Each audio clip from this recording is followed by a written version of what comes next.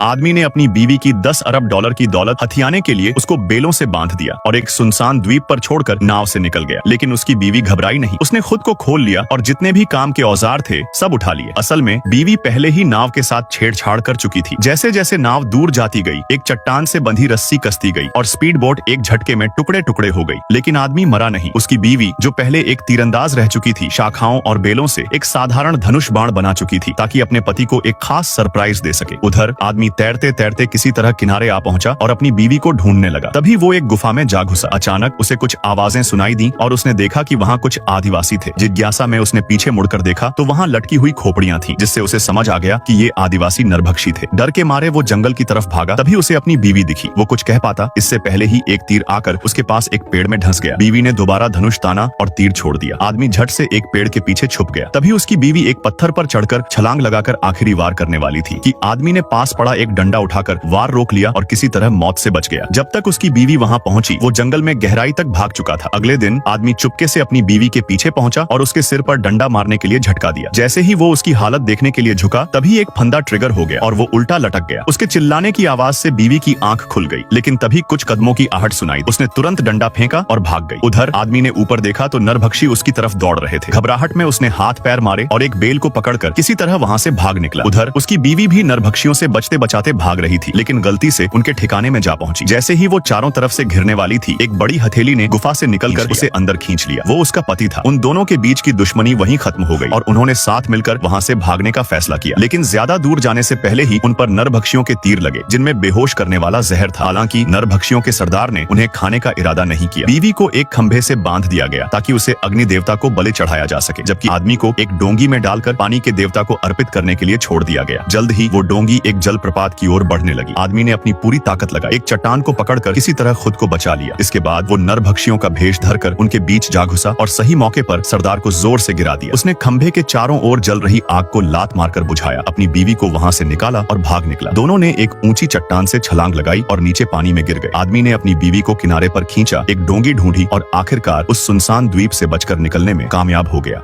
लेकिन यहाँ एक और बड़ा संकट था। उन्होंने यहाँ की एक भयानक जानवर को जगा दिया। ये सैबर टूथ टाइगर शिकारी भेड़िया से भी ज्यादा खतरनाक था। लेकिन रास्ते में ही अल्फा उसे रोकने खड़ा हो गया। भले ही अल्फा उसके सामने टिक नहीं सकता था, फिर भी वो बार बार खड़ा होकर उसे रोकने की कोशिश करता रहा। आखिरी पल में उसने अपने तीर कमान को कसकर पकड़ लिया। खतरा टलने के बाद अल्फा भी बेहोश हो गया। उसने उसे पुकारा, लेकिन वो कोई प्रतिक्रिया नहीं दे रहा था। उसने अल्फा को बर्फीली हवाओं से बचाया और अल्फा भी उसके साथ चलता रहा। आखिरकार उसे रास्ते का एक छूटा हुआ निशान मिला, लेकिन उसकी चोटें भी और गंभीर हो गईं। अब उनके पास बस एक दूसरे का सहारा था। रात को वो बर्फीली जमीन पर ही सो गए। जैसे जैसे ठंड बढ़ती गई, अल्फा आखिरकार टिक नहीं सका और गिर पड़ा। उसकी हालत बहुत खराब थी और तुरंत इलाज का कोई साधन नहीं था। उसने उसे हिम्मत देने की कोशिश की, लेकिन अल्फा में अब कोई ताकत नहीं बची थी। तब उसने उसे अपनी बाहों में उठाया और चलना जारी रखा, लेकिन आखिरकार वो भी गिर पड़ा। बेहोशी में उसने अपने माता पिता का सपना देखा, जो उसका घर लौटने का इंतजार कर रहे थे। इस सपने ने उसे फिर से हिम्मत दी और वो अचानक जाग गया। उसने अल्फा को अपनी गोद में उठाया और आगे बढ़ता रहा। दिल में बसे उम्मीद ने उसे जीवित रखा, लेकिन अगर उन्हें जीवित रहना था तो सफर जारी रखना ही था। और आखिरकार उसने अपने कबीले को देख लिया। अल्फा अब ज्यादा देर तक टिक नहीं सकता था, लेकिन उसने अपने कदम बढ़ाए। जब वो गांव पहुंचा तो सबको यकीन ही नहीं हुआ। अल्फा जिंदा था, लेकिन गहरी चोटों के कारण कुछ कदम चलने के बाद फिर गिर पड़ा। उसने अपना हाथ बढ़ाया। उसके पिता ने भावुक होकर उसका चेहरा छुआ और उसकी माँ रोते हुए उसके पास आई। किसी ने नहीं सोचा था कि वो जिंदा लौटेगा। बेहोशी में भी उसने अल्फा की ओर इशारा किया और अपने पिता से उसे बचाने की विनती की। बिना अल्फा के साथ वो दुश्मनों से नहीं लड़ पाता। जब उसने होश में आया तो उसकी पहली नजर अल्फा पर पड़ी। वो शांति से पड़ा था, पूरी तरह ठीक नहीं हुआ था, लेकिन प्रधान पुजारी ने अल्फा के पेट पर हाथ रखा, जैसे कि वो कुछ महसूस कर रही हो। कुछ देर बाद अल्फा ने कई छोटे प्यारे भेड़िया जन्म दिए। लड़ाई के दौरान वो गर्भवती थी। उसने उसे प्यार से सहलाया और उसका आभार जताया कि उसने अपनी जान की बाजी लगाकर उसकी रक्षा की। कुछ ही समय में वो छोटे भेड़िए बड़े हो गए। वो कबीले में पले बढ़े और उसने हमेशा उनका साथ दिया। सालों बाद कबीले के शिकारी जब भी शिकार के लिए निकलते, उनके साथ हमेशा एक साथी होता, ये भेड़िए। इस वजह से उनका कबीला सबसे ताकतवर बन गया। समय के साथ इन भेड़ियों ने अलग अलग क्षमताएं विकसित कर ली। कुछ ने मालिकों के लिए भेड़ों की रखवाली शुरू की, कुछ ने शिकार में मदद की और कुछ ने बर्फीले इलाकों में स्लेज खींचे। अल्फा ही कुत्तों का सबसे पहला पूर्वज था और उसकी वफादारी पीढ़ी दर पीढ़ी आगे बढ़ती रही।